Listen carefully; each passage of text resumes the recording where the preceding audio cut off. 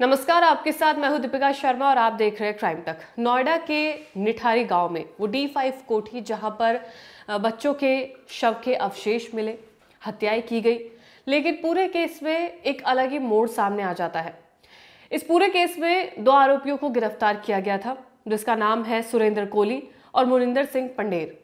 इन दोनों आरोपियों को इस पूरे मामले में आरोपी बताया गया था और इन तमाम हत्याओं के पीछे इन्हीं दोनों का हाथ बताया गया था। लेकिन 2023 में इस पूरे केस में एक बड़ा मोड़ सामने आ जाता है, जहां पर हाई कोर्ट इस पूरे मामले को नया मोड़ देता है और मोनिंदर सिंह पंडेर को निठारी कांड से जुड़े सभी मामलों से बरी कर दिया जाता है। यानी कि जब इस शख्स को बरी कर दिया जाता है तो फिर शक की जो घड़ी है, वो जो सुई है, वो आती है इसके नौकर पे, यानी कि सुरेंद्र कोली पे, कि अब वही इस पूरे केस में आरोपी है।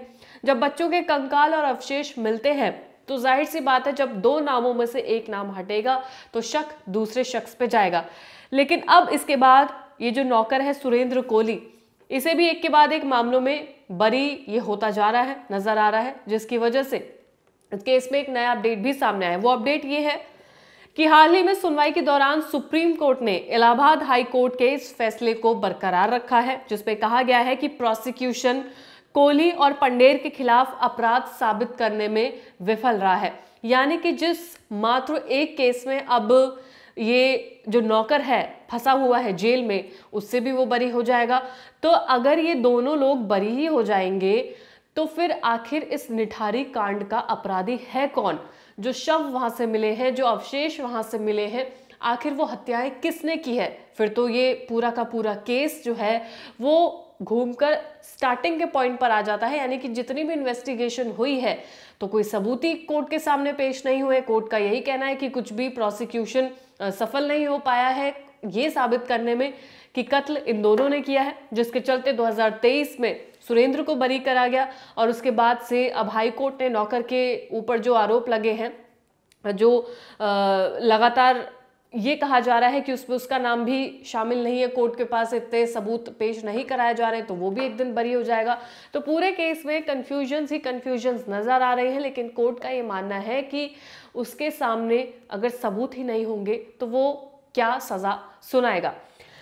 हालांकि इस पूरे मामले में सबसे बड़ा सवाल ये है कि अगर ये दोनों निर्दोष हैं तो फिर निठारी कांड का जिम्मेदार कौन है? अब ये पूरा केस किस तरीके से कमजोर पड़ा है, क्या कुछ इसमें खामियां नजर आई हैं, अगर उसके बारे में चर्चा करें तो नोएडा के निठारी कांड में साल 2006 में जब बच्चों के शवों के टुकड़े नाले में बरामद हुए तो पूरा देश सन्न हो गया था। सुरेंद्र कोली और मोनिंदर सिंह पंडेर इस कांड के मुख्य आरोपी बताए गए थे। ये तो वो बात है जो हमें और आपको स्टार्टिंग से ही, जब ये केस सामने आया था 2006 में, तब से पता चली। लेकिन सालों से चली आ रही सुनवाई के बाद इलाहाबाद हाई कोर्ट ने और फिर सुप्रीम कोर्ट ने इन्हें सबूतों की कमी के कारण बरी कर दिया, यानी कि अपराधी बरी हो जाते हैं। अब कमियां क्या थी? केस में कोई बुनियादी जो खामियां थी वो नजर आ रही थी, जैसे कि फॉरेंसिक साक्ष्य की कमी होना, यानी कि फॉरेंसिक एविडेंस की कमी। पुलिस कस्टडी में जो इकबालिया बयान दिए गए थे वो बिना पुष्टि के कोर्ट में पेश किए गए। अहम सबूतों की गुमशुदगी, इन सब बातों ने पूरे केस की नींव को हिला दिया। सवाल यही उठता है कि इन लोगों को बरी कर दिया गया तो फिर दोषी कौन है? जब सबूत ही ठीक ढंग से पेश नहीं किए जाएंगे तो कोर्ट फैसला कैसे सुनाएगा? सुप्रीम कोर्ट ने इस फैसले को क्यों बरकरार रखा, इसके बारे में चर्चा करें तो सुप्रीम कोर्ट ने इलाहाबाद हाई कोर्ट के फैसले को बरकरार रखा। प्रोसिक्यूशन कोली और पंडेर के खिलाफ अपराध साबित करने में फेल हुआ। जांच में मिली चिप जिस पर कोली के कबूलनामे की वीडियो थी, वही पेश नहीं की गई कोर्ट के सामने। ना ही उस बयान पर कोली के दस्तखत थे। कोर्ट ने पाया कि जांच एजेंसी ने आपराधिक केस की बुनियादी नियमों की अनदेखी की, यानी कि एक फेलियर बताया जा रहा है, चाहे वो जांच में फेलियर हो, चाहे कोर्ट के सामने सबूतों को पेश करना हो। इन तमाम चीज का फेलियर होने की वजह से इन दोनों को बरी किया गया। इसके अलावा लापरवाही से आरोपियों को ये जो राहत मिली है, तो ये लापरवाही किसकी थी? जो कोर्ट ने कहा है वो अगर हम आपको बताएं तो सीबीआई और पुलिस की सबसे बड़ी चूक थी फॉरेंसिक एविडेंस और गवाहों का ना होना। कोर्ट का कहना है कि सीबीआई की तरफ से ये बहुत बड़ी चूक है कि गवाह कोर्ट में ना पेश होना, सबूत ठीक तरह से कोर्ट में ना पेश होना, तो एक फेलियर बताया गया। D5 कोठी से खून के निशान नहीं मिले हैं, शवों के अवशेष नहीं मिले हैं, सीमन के सैंपल तक कोली से मैच नहीं हुए हैं, यानी कि एविडेंस में फेलियर हुआ। यहां तक कि कोली के आदमखोर यानी कि वो लोग जो इंसानों को खा जाते हैं, जो आरोप उस पर लगाए गए थे, ऐसा होने का भी कोई भी वैज्ञानिक सबूत नहीं मिला है, कोर्ट के सामने पेश नहीं हुआ है। शवों को बाथरूम में रखने, काटने, गाड़ने और पकाने जैसी बातें सिर्फ पुलिस कस्टडी में दिए गए बयानों तक सीमित है, इनकी कोर्ट के सामने कोई भी पुष्टि नहीं हुई है। ये सवाल अब एक रहस्य बन गया है कि कत्ल भी हुए, लाशें भी मिली, तो फिर अपराधी कौन है, आरोप किसके ऊपर लगा है। अब कोली तो बरी हो गया है, वो कौन था जिसने 16 बच्चों को मारा। कोर्ट ने कहा कि इस केस को एक गरीब नौकर पर जबरन मढ़ा गया। अंगों की तस्करी के एंगल की भी जांच नहीं हुई। D5 कोठी के मालिक की भूमिका तक की पड़ताल नहीं की गई, जबकि वो पहले से ही किडनी स्कैम में आरोपी था। कोर्ट का ये कहना है कि हर एक लेवल पर इसमें एक तो इन्वेस्टिगेशन के टाइम का फेलियर है, सबूतों को सहज कर रखना इसमें फेलियर है, कोर्ट के सामने सबूतों को पेश करना इसमें फेलियर है। जो उस D5 कोठी का मालिक है, जिसके ऊपर यह बताया जा रहा है कि वो किडनी स्कैम में उसका आरोप है, वो आरोपी है, उसके ऊपर जांच पड़ताल क्यों नहीं की गई। अब ये जो अगला मामला जो सामने आता है वो ये है कि जमीन से कोई भी सबूत नहीं मिले हैं। कोली के बयानों के मुताबिक उसने शवों के टुकड़ों को पॉलिथीन में डालकर नाले में फेंका और कुछ को जमीन में गाड़ा, लेकिन जब जमीन की खुदाई की गई तो वहां पर कुछ भी नहीं मिला, ना ही किसी शव की पहचान DNA से करवाई गई। जांच एजेंसी ये भी साबित नहीं कर पाए कि कोठी के अंदर हत्याएं हुई। कोर्ट ने कहा ना तो हत्या के लिए कोई हथियार मिला, ना कोई गवाह, ना कोई सबूत। लगातार यही फैक्टर सामने आ रहा है कि कोर्ट के सामने कोई भी सबूत नहीं सामने आया। जिस D5 कोठी में हत्या की जाने की बात कही जा रही है, वहां से भी कोर्ट का यही कहना है कि उस जमीन की खुदाई से कुछ भी नहीं मिला है जिसके आधार पर कोई कोर्ट फैसला ले सके। यही कारण है कि पंडेर को बरी कर दिया गया और अब कोली को भी राहत मिल गई है। अंग तस्करी के एंगल से अगर जांच की जाए तो निठारी केस की जांच से जुड़ा एक और पहलू था, वो था ऑर्गन ट्रैफिकिंग का। कोर्ट ने कहा कि इस पहलू की जांच कभी भी गंभीरता से नहीं की गई।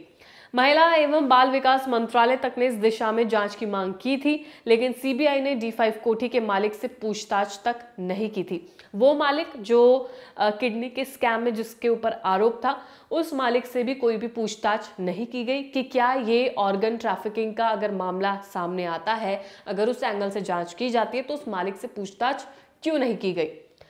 अदालत के फैसले में क्या फर्क था और क्यों फर्क था। गाजियाबाद की CBI कोर्ट ने कोली को 12 मामलों में और पंडेर को 2 मामलों में फांसी की सजा सुनाई थी, लेकिन हाई कोर्ट ने सबूतों के अभाव में, यानी कि सबूतों की कमी के चलते, ये सभी सजाएं खारिज कर दी थी। हाई कोर्ट के मुताबिक ये केस पुलिस और CBI की लापरवाही का एक नमूना बन गया है। जाहिर सी बात है, हाई कोर्ट की ने जो माना है वो यही माना है कि एक फेलियर है इन्वेस्टिगेशन का। इलाहाबाद हाई कोर्ट के फैसले के बाद मोनिंदर सिंह पंडेर साल 2023 में रिहा हो गया था। देश को हिला देने वाला निठारी कांड अब कानून की नजर में एक अनसुलझा केस बन चुका है, यानी कि हत्याएं हुई हैं, शव मिले हैं, अवशेष मिले हैं, लेकिन उन हत्याओं को करने वाला अपराधी, आरोपी कहीं नहीं है। जिन 2 लोगों को पकड़ा गया था उनकी कहानी आपको बताई गई कि साल 2023 में बरी किया गया। दूसरे के लिए भी वही आदेश को रखा गया, यानी कि माना गया। उसको भी एक ही केस में जेल में अभी तक वो है और जाहिर सी बात है उसमें भी वो बरी होने के चांसेस उसके बने नजर आ रहे हैं। लेकिन 16 बच्चों के जो शव मिले थे उनका अपराधी कौन है, ये सबसे बड़ा सवाल है। उन 16 शवों को, उन 16 हत्याओं को किसने किया, ये सबसे बड़ा सवाल है। निठारी कांड 2006 में घटा, 16 शवों की बात सामने आई, 2 अपराधियों को पकड़ा गया, बरी किया गया।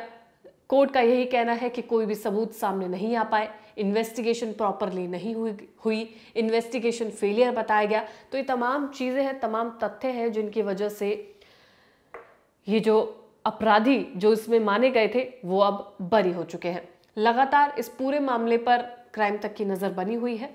क्या कुछ अपडेट सामने आ रहे हैं, लगातार क्राइम तक आपको देता रहेगा।